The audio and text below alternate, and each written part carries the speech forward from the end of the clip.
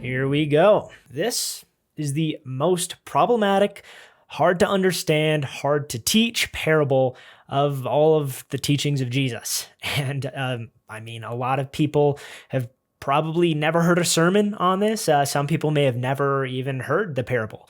And that is, of course, the unjust steward. A lot of pastors will just skip this. It's really difficult. It's problematic. It has so many different interpretations that they just don't touch it. And we have the story of a steward who is fired from his job because he's been dishonest. And he goes and he actually doubles down on his sin and he is more dishonest. And then we have the master actually commending him and approving of his sin and of what he did. So if we understand that to be God and, the steward to be us, how does that make any sense? Then we have God approving of unrighteousness, and it is just incredibly difficult to work around. And there's a lot of cultural things that are going on in the context that we completely miss as a Western audience that I think are absolutely vital in this parable, maybe more so than any others, for us to get it right. So my goal is that we are going to go through the parable verse by verse and kind of understand the context and get a better understanding of what's going on in the actual context of the story that the audience would have understood. And then we are going to explain why this parable is so difficult to understand. And there are a few different things that cause a lot of issues for people who are trying to make sense of it. And then finally, we will bring it all home with some key themes of what the parable really is driving home. And I think it is just incredibly rich and fulfilling and a beautiful portrait that Jesus paints in this parable. So in Luke 16:1, we start out with, there was a rich man who had a steward, and charges were brought to him that the steward was wasting his goods. So immediately we're introduced to the three characters who are in this parable, and we usually miss the third one. So the first two are, of course, the steward, who's very clearly he's being wasteful with his master's goods. And then there is the master. Those are the two that we understand. And then the third character, who we frequently overlook, but who is always there, is the community. So the village where this takes place. And the things that we can know about this are that the master is a landowner, that he's leasing out land if he's wealthy, has a lot of land in an agrarian society, and he is leasing it out to tenants. And the steward would be his estate manager. He is the one who manages the books, who is in charge of all these affairs, and who actually has legal authority that he has the same authority as the owner. And so when he does any business dealings, it's as if the landowner was doing it himself. And he would be responsible for collecting rent from the tenants, who would usually be an agreed upon financial amount before the harvest. And we'll talk about that a little bit later. That is an important detail, and I'll kind of explain why a little bit later. And also, we know that the people like this landowner in general, that they liked him enough to bring a report. At least some of the people were concerned about the wastefulness and how this steward was using his master's wealth. And they came to the master and said, hey, this shouldn't be going on. And this might have been a while that they were bringing these reports, but they like him enough that they brought these reports forward because they were concerned. And so that tells us that the master has a relatively good standing with his tenants, that if they didn't like him, they wouldn't really care. They would be just fine with him being defrauded and losing money. And so we can go forward knowing who all the main characters are. And he called him and said to him, what is this I hear about you? Turn in the account of your stewardship, for you can no longer be steward.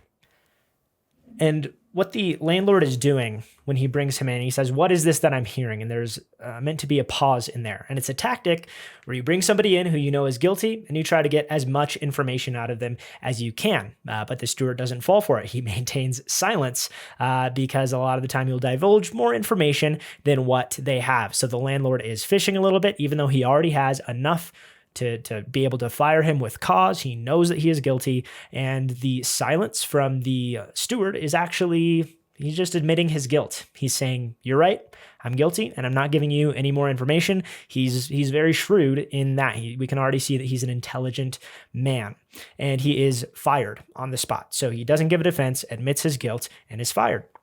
And now, what would the audience expect during this exchange? There are two things that they'd expect. First is that he should probably have some pretty serious ramifications for his wastefulness of the master's goods, that he should be scolded, he should be punished, he could even be jailed until he's able to repay the debts of what he lost. And so that is one expectation, that there should be harsh and big consequences for this wicked steward. And also, they would expect that there would be a long pleading after this judgment is given, that after he's fired, that the steward would respond and say, how could you fire me? What do you mean? These are, my father served you and his father served you in these communal, in these communities, that there would be deep lines of connection. And he would not just go out quietly into the night, that he would fight and plead his case. Or he might start making excuses and say, actually, it was the other people who you put under my charge.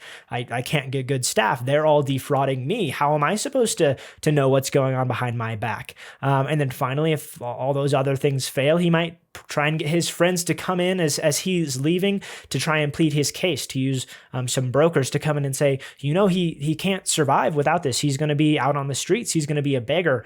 And so he might try to pull on the heartstrings through his friends and through these connections in the community to try and preserve himself and to save himself. But he knows that none of those will avail him. He knows that this master knows better, has everything that he needs, and is just in what he's doing. And from the point that he's fired, from the point that the landowner says, turn in your account books, literally the account books, nothing is binding from there on. And so he used to have this authority to carry out anything that all of the master's business, and now that's gone immediately. So nothing he does is legally binding. It's to prevent exactly the thing that he goes on to do in the rest of the parable. And so then going on to verse number 3, and the steward said to himself, what shall I do? Because my master is taking the stewardship away from me. I'm not strong enough to farm, and I'm ashamed to beg. So there's no pleading. He's not contriving a plan to get back into the good graces of the master. And this tells us a few things. First is that he won't be able to become a steward anywhere else. Once word gets out to the community and it's kind of circulating that he defrauded his master, he's not going to be a steward anymore. That's for sure. No one's going to take him in with that job. And then also he can't work in the field. He has whatever physical limitations that he's unable to physically work in the field, which is actually shows some humility on his part, that he'd be willing to do that, even though he's literate, he has a good job. And then also he's ashamed to beg. He wouldn't go out and make that his career path. And so he does have some redeeming qualities in there. And that means that he has to hatch a plan of how he's going to survive. He doesn't have a bunch of wealth that he's amassed, and he's basically down to zero. As soon as he turns in those books, the game is over. And with this cliffhanger, we're going to see his plan just after this. But if you're liking the video so far, it'd be awesome if you could just give a like and really help it to get pushed out to more people who also might be interested in content like this, to unpack the parables and teachings of Jesus and better understand and come to love them. So in verse 4, we get the plan. And he comes out and he says in his soliloquy, I know what I'll do, so that when I am put out of the stewardship, that they may receive me into their own houses. So he has a plan of what he's going to do once he gets kicked out. And all of this is tied into something that he remembers. When he was brought in and he was summoned and faced with his guilt in front of the master, he wasn't imprisoned. He wasn't. He didn't receive a bunch of wrath from the master, even though it would have been completely right for him to do so. And so he recognizes this graciousness and the mercy from his master, and he decides to go all in on it. He doubles down. He was already dishonest, and now he is going to be even more dishonest and steal more banking completely on the master's mercy for his salvation. He knows that that is the only thing that can possibly save him. And he's either going to end up as a hero and he's going to get another job with somebody else and the whole town will love him and praise him and the master, or it will go horribly wrong and he will end up himself and his family enslaved, to pay off the debts of the master. And so this is where he hatches up his plan. And then we'll see how it unfolds in verses 5-7. Summoning his master's debtors one by one, he said to the first, "How much do you owe my master?" And he said, 100 measures of oil. And he said to him, "Take your bill, sit down quickly, and write 50." And then he said to another, "And how much do you owe?" And he said, 100 measures of wheat. And he said to him, "Take your bill and write 80. So what is he doing here? What is going on? He's on the clock at this point. He has a limited amount of time until he has to take the books in, hand them into the master, and it's over. The game is up.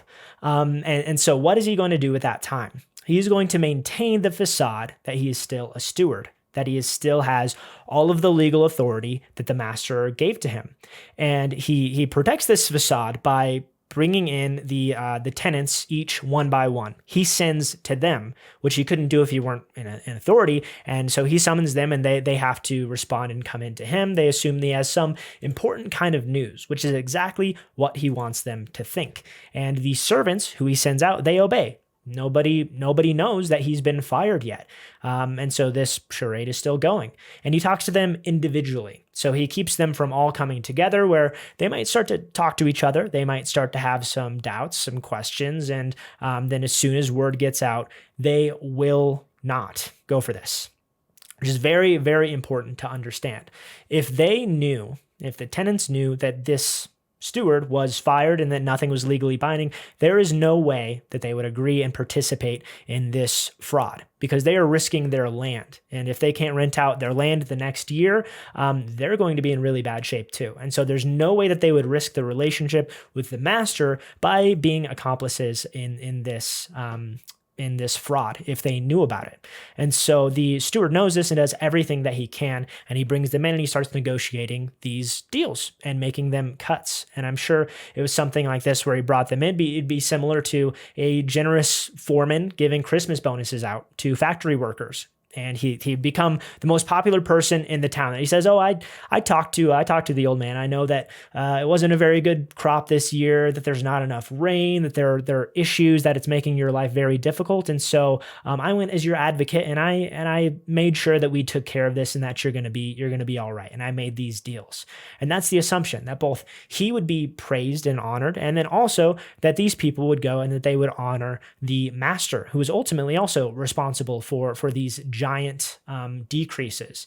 And the debts that they each had, we talked about earlier. They were an agrarian society, and rent was paid in set amounts. That it would be, okay, when the harvest comes up, that you owe this amount of the produce when the harvest is collected. And so he's cutting off a future debt of what they owe at the end of that time frame. And all of this would be public knowledge of Tom knows what Jerry owes and vice versa, that it's all very public. There's still a lot of oral tradition, and that these contracts would be talked about and understood by the general public. And so he brings them in and asks them, "How much do you owe?" It's just a matter of confirming what's already in the ledger book. They both already know about it, and he's just confirming so that they can go on with business as usual. And the debts that he decreased were incredibly large. So it was both of them were about 500 denarii, which would be close to 2 years of day wages for each of these individuals. And so they are huge reductions. And these are all going to come out of the master's bank account, basically. Once the harvest comes around, he is going to be the one who has to pay the difference, or has to be paid less by all of his renters. And at the end of it, both of these individuals, they sign the agreement after the negotiation. They're so grateful, and that they sign. And this actually would have been a standard practice as well, that they just signed to show the agreement that they had negotiated it with the steward and vis-a-vis the master, and that all parties agreed upon it, and it's binding. And they have no idea that any of this is going on. And this whole plan is hatched from an understanding of what would happen as the response to this great generosity shown. And what they would expect is a huge communal celebration. So we see this all the time. I mean, even just in the few chapters of Luke, in the lost sheep, they brought the lost sheep home and there was rejoicing. They found the lost coin, there was rejoicing. They found the lost son and there was rejoicing. And so if there were 2 years' wages given back into the pockets of these tenants, you better bet that there is going to be a huge celebration. And the steward knows this very well, that they would all go kill the fattened calf and have a giant party in celebration of the generous master and steward that were so gracious to them. And when this does happen, although none of this is legally binding, there still is the court of public opinion. And so the master is then faced with these two options. The first option is that he can come in and actually just stop the party. Stop. Nope. Actually, everything that steward did was illegal and none of it is binding. They're all null and void. And then he's immediately cursed as being stingy and unfair and oppressive. And it's not a good outcome for anybody. Or he could uphold the agreements and he could actually himself just pay the due. That he is the one who takes on the cost of the steward's salvation. And then the steward, word will get out, but he'll still be accepted into somebody else's home as a steward because he was very clever, very intelligent, and we'll keep him around. We'll keep an eye on him because he is a little rascal, but we could use somebody like that. And so they keep him around. And so there's this assumption that the master, if he is truly generous and gracious, which he is receiving the due praise, that he will pay the price of this sinner's salvation. And in verse 8, this is where the whole parable kind of hinges and where it can be a little bit confusing. Because it says, "Then the master commended the dishonest steward for his wisdom, because the sons of this age are wiser than the sons of light in their own generation."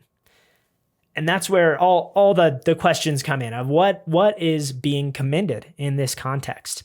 What is going on? And so we need to be sure to find the distinction that this is a dishonest steward being praised for his wisdom, not a wise steward being praised for his dishonesty. So those two are very, very different things. The thing that is commended is not his dishonesty, but his wisdom. And he's even called in the second half of that verse, he is called a child of darkness. And so he is not, there's no mincing of words there. And what he is really commended for is that he recognized the character of the master, the grace and the mercy of the master that he received a little taste of at the beginning when he wasn't imprisoned immediately.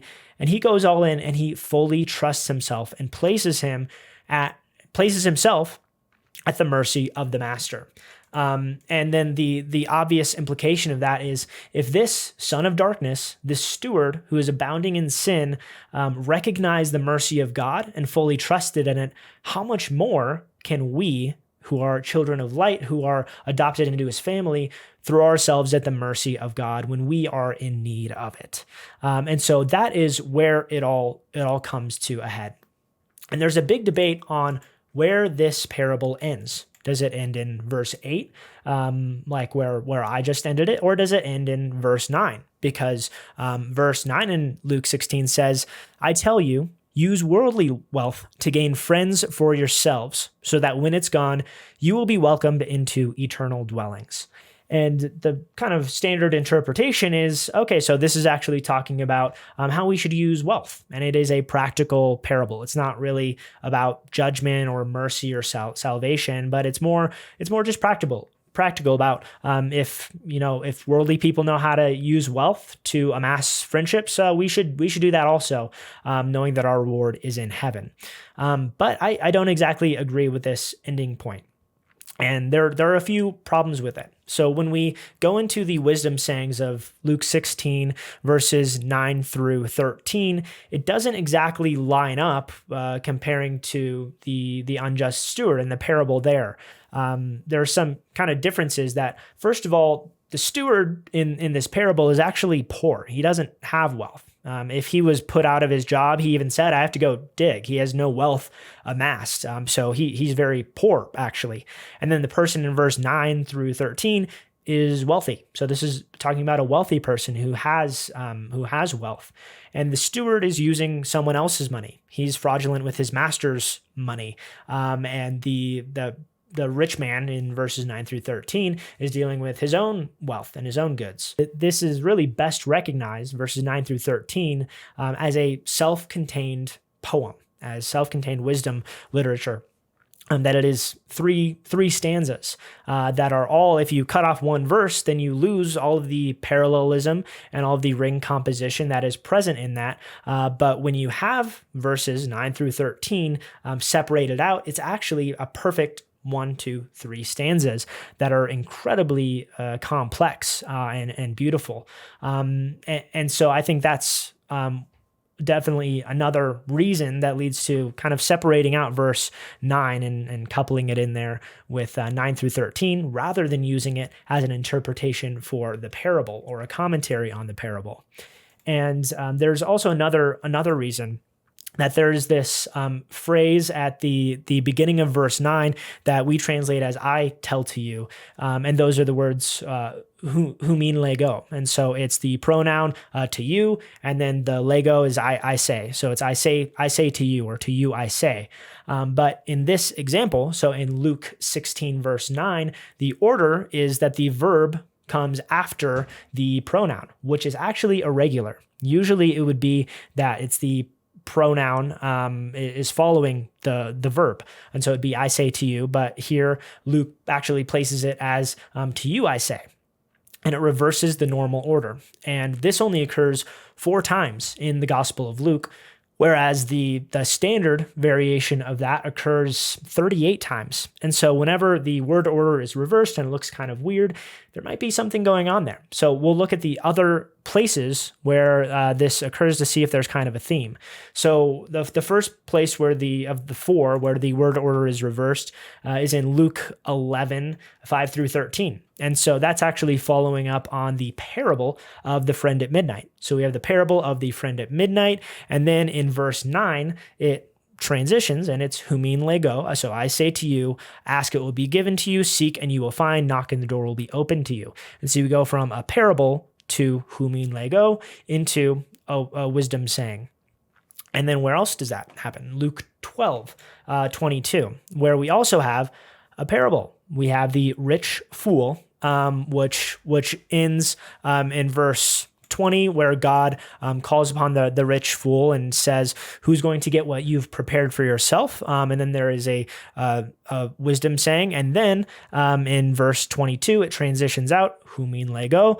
Then Jesus said to his disciples, therefore, I tell you, do not worry about your life. Do not worry about what you will eat or about your body. And so we have this really common theme where we have a parable and then the humin lego, to you I say, the abnormal way of saying it. And then it changes subject slightly. It's still adjacent, still similar topics, but it's a different idea.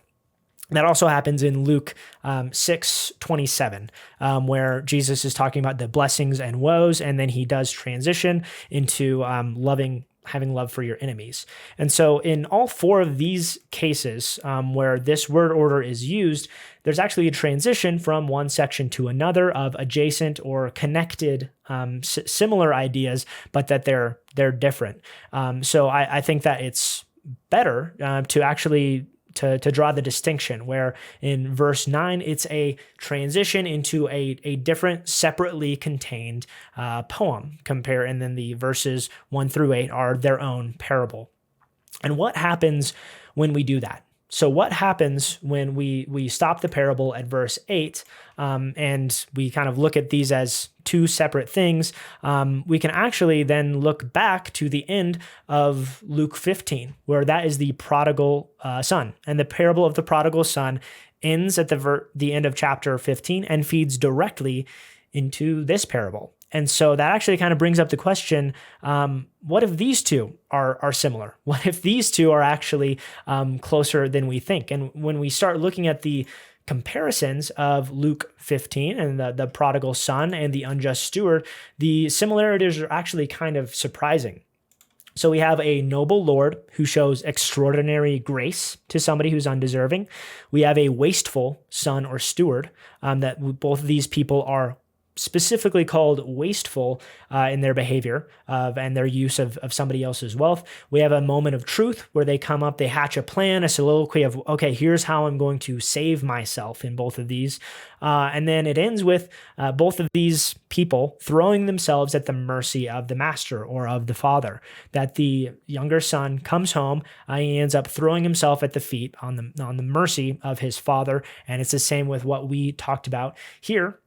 We have the steward realizing his only hope for salvation is to throw himself on the mercy of the master.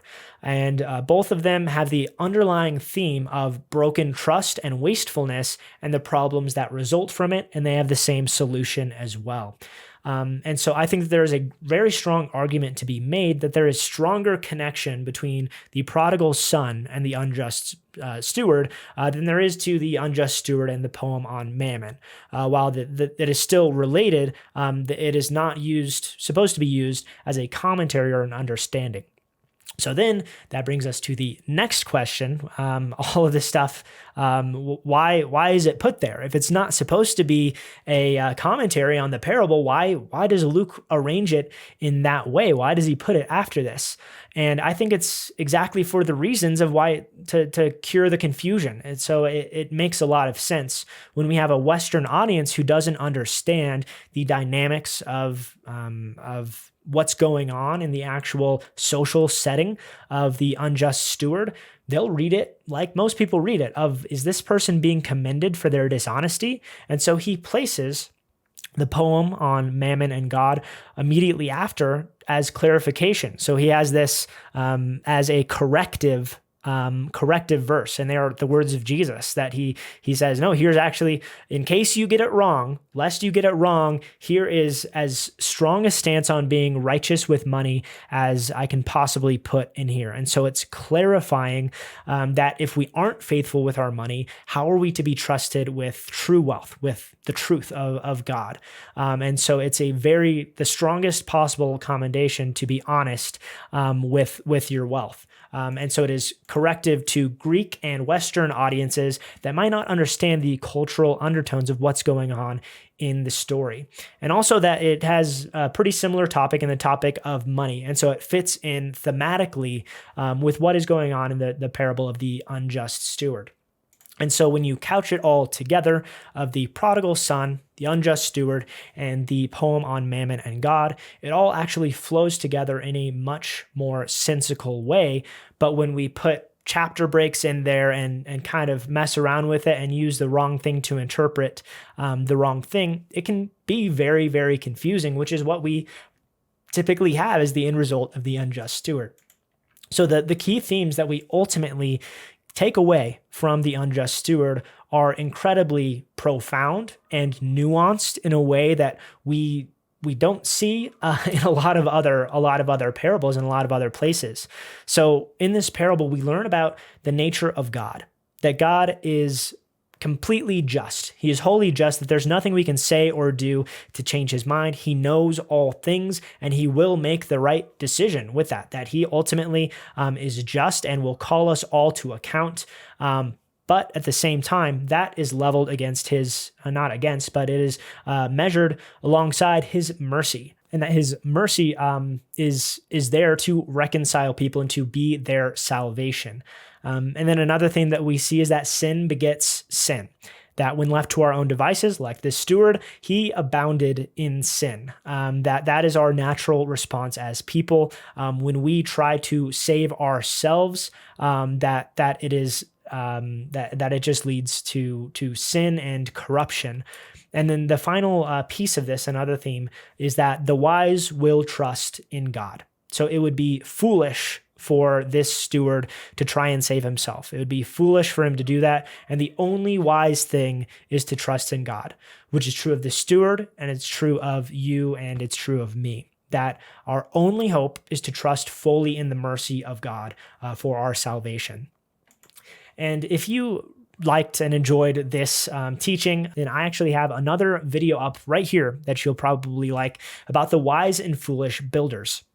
And this is commonly seen as a very simple parable, but it's actually incredibly provocative and thought-provoking and weighty when we consider the original audience and how they would understand this parable.